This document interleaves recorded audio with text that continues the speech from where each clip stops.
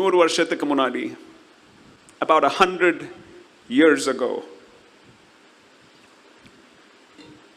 Sweden தேசத்திலிருந்து ஒரு இளம் தம்பதியினர், David and Sweya Flood, David and Sweya Flood அப்படின்ற ஒரு இளம் தம்பதியினர் ஸ்வீடன் தேசத்திலிருந்து நாங்கள் இயேசுவுக்காக நற்செய்தி பணி செய்வதற்காக மிஷனரிகளாக போகிறோம்.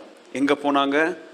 அன்னைக்கு ஆப்பிரிக்கா கண்டத்தில் காங்கோ அப்படின்ற ஆப்பிரிக்கா தேசத்தில் காங்கோவுக்கு போனாங்க. அங்கே ஏற்கனவே ஒரு ஊழிய ஸ்தலம் இருந்துச்சு. அங்கே போய் பட்டணத்தில், அதாவது ஏர்போர்ட் பக்கத்தில் இருக்கிற பட்டணத்தில் கொஞ்ச நாள் ட்ரைனிங் எடுத்து அங்கே எரிக்சன்ஸ் அப்படின்னு சொல்லப்பட்ட இன்னொரு தம்பதியினரை மீட் பண்ணி, இப்போ 4 பேர் மெயின் சிட்டியிலிருந்து காடுகளுக்குள்ள, காங்கோவின் காடுகளுக்குள்ள, ஆப்பிரிக்காவின் இருண்ட காடுகளுக்குள்ள ஊழியம் செய்வதற்காக, எப்போ 100 வருஷத்துக்கு முன்னாடி 1921 4 பேர் இளம் தம்பதியினர், all in their 20s, ஊழியத்திற்காக போறாங்க. அங்க போறாங்க, காடுகளுக்குள்ள உள்ள போய் ரிமோட் வில்லேஜ்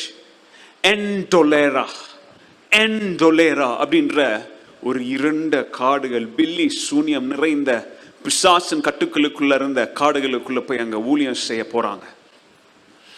அந்த கிராமத்தின் தலைவன் டேவிட் அண்ட் ஸ்வேயா ஃப்ளட்டையும் எரிக்சன்ஸ் அப்படின்ற கணவன் மனைவி 4 பேரையும் பார்த்து, நீங்கெல்லாம் எங்க கிராமத்துக்குள்ள என்ன செய்ய முடியாது, வரக்கூடாது. கேட்குறீங்களா? மிஷனரி சரித்திரத்தை கேட்குறீங்களா?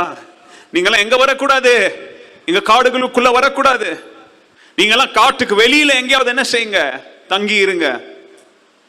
அவங்க 4 பேரும் சொந்த கையால காட்டுக்குள்ள போய் செடியை உடைச்சி, மூங்கில உடைச்சி, மண்ணை, களிமண்ணை, தண்ணியை மிக்ஸ் பண்ணி அவங்க இருக்கக்கூடிய தேவையான குடிசைகளை அவங்களே என்ன செஞ்சுக்கிட்டாங்க, கட்டினாங்க. கட்டக்கூடிய அந்த மாதங்கள்ல இருள, காட்டுக்கு நடுவுல, விஷ மிருகங்களுக்கு நடுவுல, மரத்து கீழையும் மரத்துக்கு மேலேயும் படுத்து தூங்கி அவங்க இருக்கையின் வீடுகளை அவங்கள என்ன செஞ்சுக்கிட்டாங்க, கட்டினாங்க. அங்க கட்டி 4 பேர் தினமும் ஜெபம் பண்ணுவாங்க, ஆண்டவரே இந்த காட்டுக்குள்ள இருக்கிற இந்த ஆதிவாசி இன மக்களை சந்திக்க எங்களுக்கு ஒரு வழியை திறந்து தாங்க. Help us reach them, Lord. எத்தனை வெள்ளக்காரங்க இருக்கிறாங்க காட்டுக்குள்ள? 4 பேர். அப்போ அந்த அந்த இன தலைவன் ரொம்ப பாவப்பட்டு, சரி அட்லீஸ்ட் இவங்களை நம்ம ஊருக்குள்ள தான் அலோவ் பண்ணல, அட்லீஸ்ட் இவங்களுக்கு தேவையான பொருட்கள், அதாவது பால், முட்டை, இதை மாத்திரம் என்ன செய்வோம், இவங்களுக்கு சப்ளை பண்ணுவோம் காசுக்கு. அப்போ கிராமத்தில் இருக்கிற ஒரு சின்ன பையன், ஒரு சின்ன இளைஞன்கிட்ட அப்பப்போ என்ன செய்வாங்க, பாலும் முட்டையும் யாருக்காக போவோம், வெளியில காட்டுக்குள்ள தங்கி இருக்கிற 4 மிஷனரிகளுக்கு காசு கொடுத்து அவன் வித்துட்டு வருவான். வாரத்துல ஒரு நாள் எப்பயாவது வருவான், முட்டையை தூக்கிட்டு வருவான், எப்பயாவது வருவான், பாலை தூக்கிட்டு வருவான், திருப்பி எப்போ வருவான் தெரியாது. வாரத்துல ஒரு தடவை 2 தடவை கோழியை பிடிச்சிட்டு வருவான், கோழி கறி இவங்களுக்கு கொடுக்கறதுக்கு. கோழி, முட்டை, பால் இதை வித்துட்டு போவான். 4 பேரும் ஜெபம் பண்ணிட்டு இருந்தாங்க. ஆனா அந்த டேவிட் ஃப்ளட்டுடைய மனைவி இருக்காங்க பார்த்தீங்களா, ஸ்வேயா ஃப்ளட், அவங்க ஒருத்தருக்கு தான், ஆண்டவரே இந்த காட்டுக்குள்ள போறதுக்கு எங்களுக்கு வாய்ப்பு இல்லை, நாங்க கதவை திறங்கன்னு ஜெபம் பண்றோம், ஆனா நீங்க கதவை திறந்துட்டீங்களே.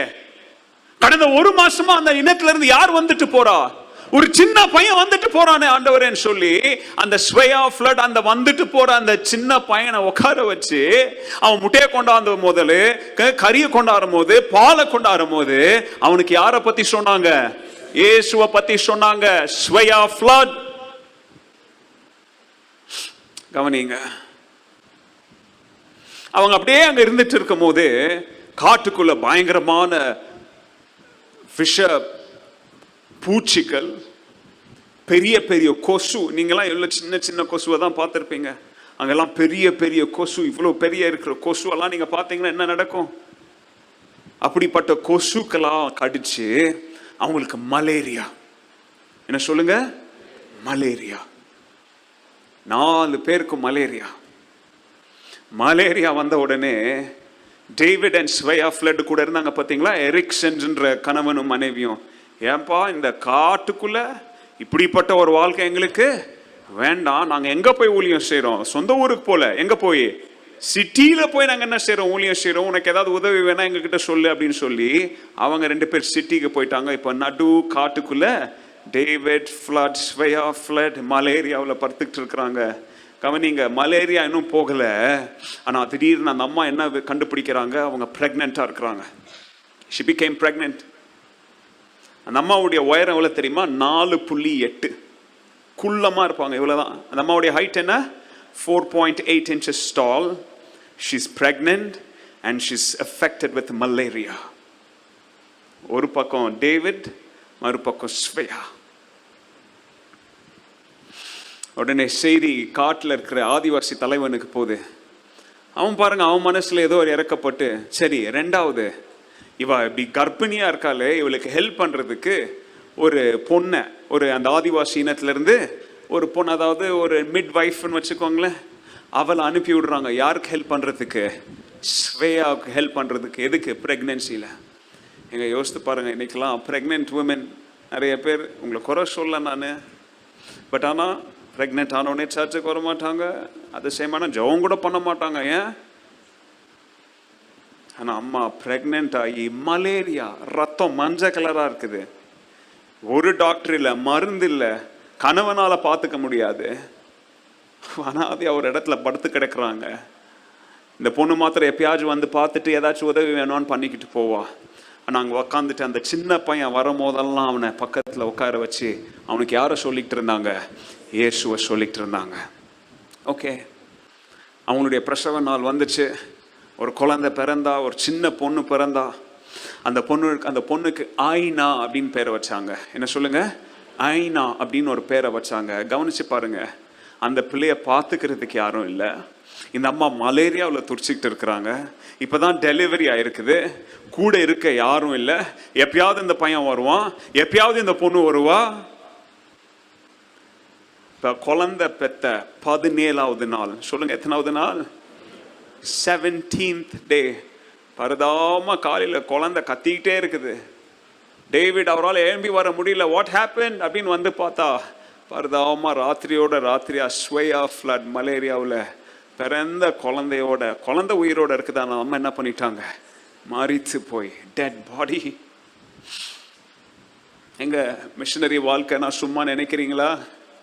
கண்டங்களுக்குள்ள நற்செய்தி சுமந்து போச்சு, இயேசுவின் அன்பு நிறைய காடுகளுக்குள்ள போச்சுன்னா, இப்படி தியாகம் பட்ட நிறைய பேர்னால தாங்க இன்னைக்கு நிறைய இனங்கள் இயேசுவை அறிந்திருக்கிறாங்க. டேவிட் ஃப்ளட் அங்க நின்று பார்க்கிறார். அவருடைய வைஃப் 27 year old, 27 வயசு, பிறந்த குழந்தை ஒரு பக்கத்துல கத்திக்கிட்டு இருக்கு. இங்க மலேரியாவில் செத்து கிடக்கிறா அவருடைய மனைவி. அங்க பாக்குறாரு. பார்த்த உடனே அவருடைய மனசு கல்லாகுது. ஆண்டவரே, உங்களுக்காக ஊழியம் செய்ய நான் இங்க வந்தேன். ஸ்வீடன் தேசத்தை விட்டு எதற்காக வந்தீங்க? ஊழியம் செய்வதற்காக, அழிகிற ஆத்துமாக்களுக்கு இயேசுவை பிரசங்கிப்பதற்காக வந்தேன். Why did you do this to my wife? என் மனைவிக்கு ஏன் இதை செஞ்சீங்க? இந்த பிள்ளைய நான் எப்படி வளர்ப்பது? எனக்கே மலேரியா, இந்த பிள்ளைய பிறந்த குழந்தைய நான் எப்படி வளர்க்கிறது? எங்க அந்த குழந்தைய தூக்கிக்கிட்டு, ஒரு கையில குழந்தைய தூக்கிக்கிட்டு, ஒரு கையில மனைவியின் சடலத்தை ஒரு துணியில கட்டி காடுகளுக்குள்ள கொண்டு போய், அங்க என்ன மம்முட்டியா டூல்ஸா, தன்னுடைய சொந்த கைகளால குழிய தோண்டி 27 வயதான தன்னுடைய மனைவிய உள்ள போட்டு புதைச்சி, அந்த சவத்தின் மேல, அந்த கல்லறையின் மேல நின்று அவர் சொன்னார், ஆண்டவரே, நீ எனக்கு செஞ்சதை நான் மறக்க மாட்டேன். என் குடும்பத்திற்கு நீர் அனுமதிச்சதை என்ன செய்ய மாட்டேன், நான் மறக்க மாட்டேன். எனக்கு ஊழியமும் வேண்டாம், ஒன்றும் வேண்டாம்னு சொல்லி அந்த குழந்தைய தூக்கிக்கிட்டு பட்டணத்துக்கு போய், இங்க கிராமத்துல இருந்து போயிட்டாங்க பார்த்தீங்களா எரிக்சன்ஸ், அவங்க கிட்ட போய் அந்த குழந்தைய கொடுத்து, இந்த கடவுள் கொடுத்த இந்த குழந்தை எனக்கு வேண்டாம், என் மனைவி என்கிட்ட இருந்து பிரிச்ச அந்த கடவுள், இந்த ஊழியம் நற்செய்தி பண்ணி ஒன்றும் எனக்கு வேண்டாம்னு சொல்லி அந்த குழந்தைய அவங்க கிட்ட கொடுத்துட்டு அவர் ஊரை பார்த்து போயிட்டார், ஸ்வீடனுக்கு போயிட்டார். இப்போ அந்த எரிக்சன்ஸ் பிறந்த குழந்தையோட, அவங்களும் ஆப்பிரிக்கால தான் இருக்காங்க, ஆனா இவங்கள போல எங்க இல்லை, அவங்க காடுகளுக்குள்ள இருந்து ஊழியம் செய்யல. அந்த பிறந்த குழந்தைய வச்சுக்கிட்டு சரி ஆண்டவர் நமக்கு கொடுத்த குழந்தை என்ன செய்வோம் நம்ம வளர்க்குவோன்னு சொல்லி அவங்க ஊழியத்தில் தொடர்ந்து இருந்தாங்க. அங்க பக்கத்துல இருந்த கிராமத்துல இருந்த இன்னொரு இனத்தலைவன், இன்னொரு ஆதிவாசி இனத்தலைவன் ஒரு நாள் அவங்களுக்கு சாப்பிடுறதுக்கு என்னத்தையோ கொடுத்து அனுப்பிச்சிருந்தான். இவங்க சரி ஓகே ஏதோ சமாதானத்திற்காக நம்மளை அழைக்கிறதுக்காக ஏற்றுக்கொள்றதுக்காக கொடுக்குறாங்கன்னு சொல்லி அவங்க அதை வாங்கி சாப்பிட்டாங்க. 2 பேரும் சாப்பிட்ட ஒரு நாள்ல 2 பேரும் செத்துட்டாங்க. அதுல விஷத்தை கலந்து என்ன பண்ணிட்டாங்க, 2 பேரையும் கொன்னுட்டாங்க. இப்போ குழந்தை அனாதையா இருக்குது. உடனே விஷயம் தெரியுதாங்க. உடனே என்ன பண்றாங்க, அமெரிக்காவில் ஒரு தம்பதியினர், அவங்களுக்கு குழந்தை இல்லை. இந்த குழந்தை என்ன செய்யுது, டேவிட்டுக்கு சொல்றாங்க, ஏன்பா நீ விட்டுட்டு போன குழந்தைய இப்ப பாத்துக்கிறது கூட யாரும் இல்லை. அவன் சொல்லிட்டாரு, என்னை கான்டாக்ட் பண்ணாதீங்க, எனக்கு இயேசுவும் இல்லை கடவுளும் இல்லை யாரும் இல்லை, அந்த குழந்தைய என்னையாவது பண்ணிடுங்க. உடனே அந்த அமெரிக்கா தம்பதியினருக்கு அந்த குழந்தை என்ன பண்றாங்க, கொடுத்துடுறாங்க. அந்த குழந்தை அமெரிக்காவுக்கு போய் அங்க அந்த குழந்தைக்கு அவங்க என்னன்னு பேர் வச்சாங்க, ஐனான்னு பேர் வச்சாங்க. ஆனா அவங்க அந்த குழந்தைய கொண்டு போய் இப்போ அந்த ஐனான்ற பேரெல்லாம் அன்னைக்கு அது பெரிய லீகல் பிரச்சனையா இருந்துச்சு. ஏன்னா அப்பா உயிரோடு இருக்கும்போது ஒரு குழந்தை என்ன செய்ய முடியாது, தத்து எடுக்க முடியாதுன்ற ரூல்ஸ்னால அந்த குழந்தைக்கு ஆகி, இப்ப பேர் சொல்லுங்க, அந்த ஐனான்ற குழந்தை இப்ப யாரா மாறுது, இப்போ ஆகியா மாறுது. அந்த குழந்தைய அந்த அமெரிக்க அப்பா அம்மா தங்களுடைய சொந்த பிள்ளையா வளர்த்து, எங்க கேக்குறீங்களா, கதை இன்னும் முடியல, இன்னும் பெரிய கதை இருக்கு, கவனிங்க. சரித்திரம்லாம் சும்மா மாறல. அந்த குழந்தைய பைபிள் ஸ்கூல் படிக்க வச்சு அந்த ஆகின்றவள பெரிய ஆவிக்குரிய வாழ்க்கையில அவளை வளர வச்சு அவ ஒரு பெரிய அசம்பிளி ஆஃப் காட் ஏஜி திருச்சபைன்னு ஒரு பாஸ்டரை திருமணம் செஞ்சு அவங்க 2 பேரும் சந்தோஷமா அமெரிக்க தேசத்துல ஊழியம் செஞ்சு வாழ்ந்துட்டு இருந்தாங்க. அப்போ ஒரு நாள் அவ போய் போஸ்ட் பாக்ஸ்ல அவங்க ஒரு லெட்டர் எல்லாம் எடுத்துட்டு இருக்கிறாங்க. அந்த ஐனான் இப்போ அமெரிக்கால இப்போ குழந்தையா பெரியவங்களா மாறி இப்போ பாஸ்டர் ஒய்ஃபா இருக்காங்க பாத்தீங்களா, ஆகி. அவங்க மெயில் போஸ்ட் எல்லாத்தையும் பார்த்துட்டு இருக்கிறாங்க. அங்க ஸ்வீடன் தேசம், அவங்க இப்போ யாரா மாறிட்டாங்க, அமெரிக்கனா மாறிட்டாங்க, அமெரிக்காவில் வாழ்ந்துட்டு இருக்கிறாங்க. ஆனா அவங்களுக்கு தெரியும் அவங்க அப்பா அம்மாலாம் எந்த தேசத்தை சேர்ந்தவங்க, ஸ்வீடனை சேர்ந்தவங்க, அதெல்லாம் சொல்லி தானே வளர்த்துருப்பாங்க. ஸ்வீடன்ல இருந்து ஒரு மிஷனரி ஒரு பேம்ப்ளெட் வந்திருக்குது, ஒரு மேகசின். இவங்களுக்கு ஸ்வீடன் பாஷையே புரியாது. ஆனா அப்படியே திருப்பி பார்த்துக்கிட்டே இருக்கிறாங்க. அங்க ஒரு பிக்சர், ஒரு படம் இருக்குது, ஒரு கலரை, அந்த கலரை மேல ஒரு வெள்ளை கிராஸ், அந்த சிலுவையின் மேல ஸ்வேயா ஃப்ளட்னு எழுதி இருக்கு. என்னது, அந்த அம்மாவுக்கு அதை பார்த்த உடனே அப்படியே ரத்தம்லாம் உறைஞ்சிருச்சு, அப்படியே உடம்பு சில்லுன்னு ஆகுது. என்னது, இந்த பேரை நான் கேட்டிருக்கிறேன், யாரு, ஸ்வேயா ஃப்ளட்ன்ற பேரை கேட்டிருக்கிறேன், யார் அது, அவங்களுடைய அம்மா தான். ஆனா என்ன எழுதி இருக்காங்கன்னு ஒன்றும் தெரியல. உடனே அந்த மேகசினை தூக்கிக்கிட்டு பக்கத்துல இருந்த பைபிள் காலேஜுக்கு போனாங்க. ஏன்னா அங்க ஸ்வீடன் லாங்குவேஜ் தெரிஞ்ச ஒரு ப்ரொஃபசர் இருந்தார். அவர்கிட்ட ஓடி போய் இதுல என்ன எழுதி இருக்கு, இமிடியேட்டா எனக்கு டிரான்ஸ்லேட் பண்ணி சொல்லுங்க, what is written on this. அவர் அதை டிரான்ஸ்லேட் பண்றாரு. டிரான்ஸ்லேட் பண்ணி சொல்றாரு, இந்த கட்டுரையில் என்ன எழுதி இருக்காங்கன்னா, ஒரு 40 வருஷத்துக்கு முன்னாடி டேவிட் ஃப்ளட், ஸ்வேயா ஃப்ளட்னு ஒரு ஸ்வீடன் தம்பதியினர் அவங்க ஆப்பிரிக்கா கண்டத்துல போய் என்ன செஞ்சிருக்கிறாங்க, ஊழியம் செஞ்சிருக்கிறாங்க. அப்ப அந்த ஊழியத்துல அவங்க ஒரு குழந்தை பிறந்த உடனே அந்த அம்மா இறந்துட்டாங்க. அந்த அம்மா இறந்த உடனே அந்த ஊழியக்காரர் என்ன செஞ்சிட்டாரு, பின்வாங்கி ஊழியத்தை விட்டு என்ன செஞ்சிட்டாரு, போயிட்டாரு. ஆனா அவங்களுக்கு யாருக்கும் தெரியாத ஒரு சம்பவம் நடந்துச்சு. அந்த அவங்க விட்டு போன அந்த 30-40 வருஷத்துல அந்த காங்கோ, அதாவது இன்னைக்கு ஜாயர்னு சொல்லப்பட்ட தேசம் ஆப்பிரிக்காவில், அந்த தேசத்துல 1,10,20,000 பேருக்கு மேலான கிறிஸ்தவங்க இருக்கிறாங்களாம்.